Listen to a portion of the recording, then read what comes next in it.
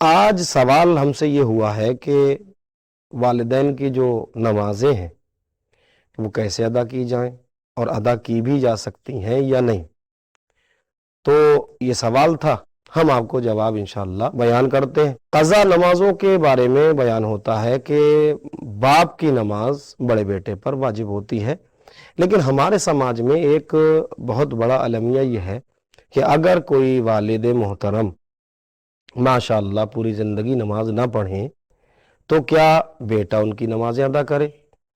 اگر یہی طریقہ ہے یعنی ان کی نمازیں بیٹا ادا کرے تو یہ ایک ظلم ہے، اس لیے کہ قضا کی بات ہوئی ہے. یہ نہیں ہے کہ سراسر اگر کوئی نماز کو چھوڑتا ہے یا تارک الصلاۃ کی صف میں کھڑا ہو جاتا ہے تو بیٹے کا قصور کیا ہے کہ جو اس کی پوری زندگی کی نمازیں ادا کرے. یہاں پر اہم رول اور مہم بات یہی ہے کہ جو مجبوری کی حالت میں والد محترم کی نمازیں چھوٹی ہیں، چاہے وہ علالت کے حالت میں ہوں یا کسی دوسری مجبوری کی صورت میں، تو بڑے بیٹے پر واجب ہے کہ وہ نمازیں ادا کرے یا ادا کرنے کی اجرت عطا کرے، کسی سے پڑھوائے نماز اجارہ. اگر بڑا بیٹا اس لائق نہیں ہے مثلاً کہ نمازیں ادا کر سکتا ہو، مثلاً بیمار ہے یا وہ خود بھی لائق نہیں ہے، تو اس کے بعد جو بیٹا ہو، جو بھی بیٹا اس کی صلاحیت رکھتا ہو، اس پر فرض ہے اور اس پر لازم ہے کہ ان مفروضات اور ان واجبات کو انجام دے، یعنی والد محترم کی جو نمازیں ہیں یا جو بھی واجبات ہیں ان کو ادا کرے. اور اس کا طریقہ یہ ہے کہ جس طریقے سے انسان اپنی قضا نمازیں انجام دیتا ہے